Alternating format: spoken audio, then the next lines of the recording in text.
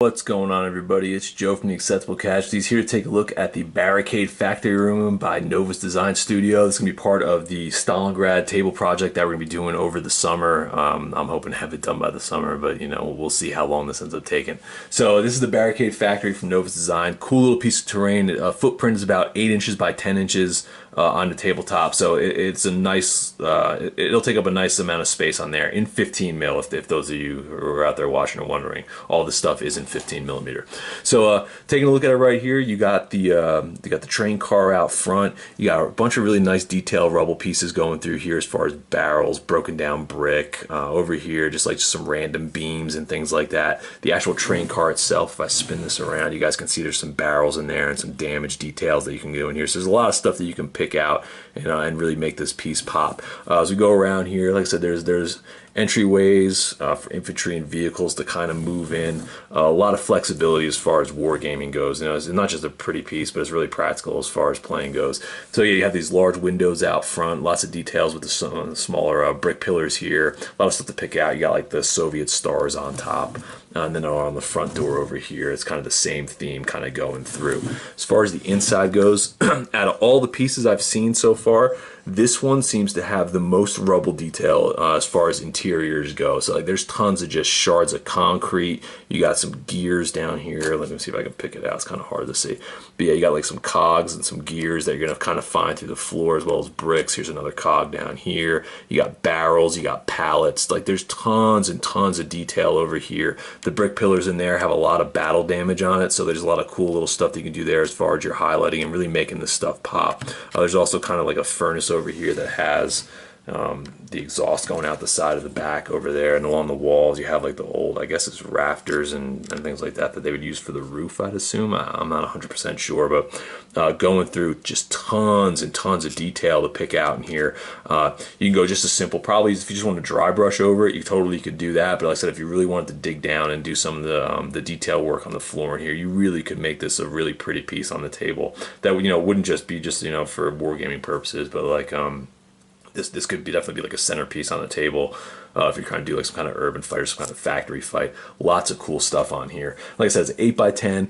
Cleanup wise, there's not like a ton in here. Like if you notice down here, it's kind of hard to tell. There's like a little bit of flashing down there, but like I've mentioned earlier in some of the other videos, as well as like around the windows and some of the other things in here.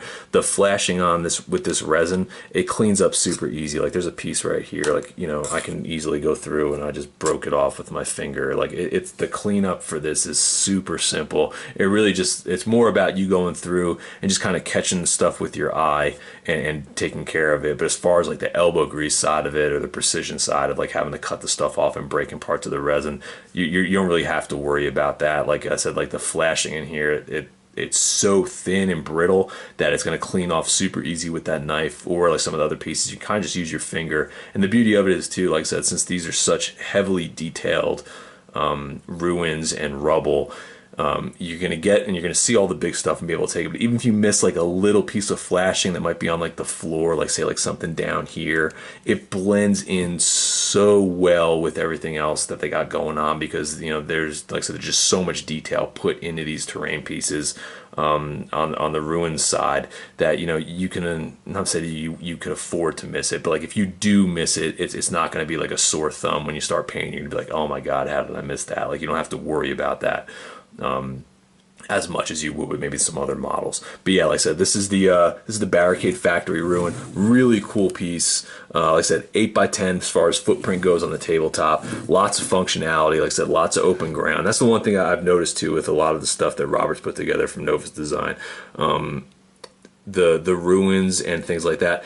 On the insides, there is a lot of detail, but it's also designed so you have a lot of room to actually do some wargaming. It's not like a lot of wasted space. It's a lot of open space where you can put vehicles, infantry, you can maneuver. Like the whole model itself, it's usable and it functions functions for players as a wargaming piece, not necessarily just as a set piece or as a piece of terrain. So it's something to keep in mind, and it's something that I think, like, once you pick this up and put it down on the table and start using it, you'll appreciate it as a war gamer. Like, you know, there's a lot of thought, I think, put into a lot of these pieces, and it really makes you feel like you got your dollar's worth out of what you put in there. And like I said, most of the pieces that you're gonna get for the ruins, I'll leave the link below, but they fall in that $30 to $40 range, and you totally get what you pay for, just from a detail perspective.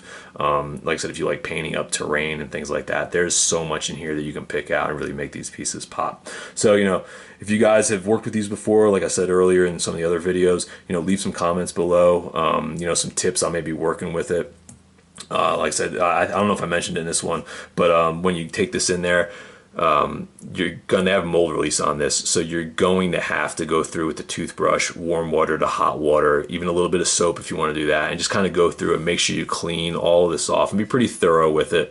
And then after you get it all cleaned and wiped down, let it sit for 24 hours and then hit it with your spray primer, because if you don't do that and just take it right out of the package and you hit this with the primer, it's literally going to just run off and pool off in the bottom, because it's not going to stick to the mold release. It won't work like that. So you have to wash these before you paint them. But like I said, it's maybe like 15 minutes of you scrubbing this thing down and being thorough with it. Let it sit overnight until the next day, and then you're ready to rock and roll as far as hitting it with a primer and getting your paintbrush out and getting it work.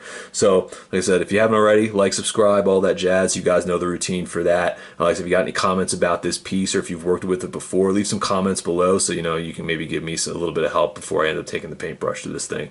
So thanks for watching. I'll catch you guys later.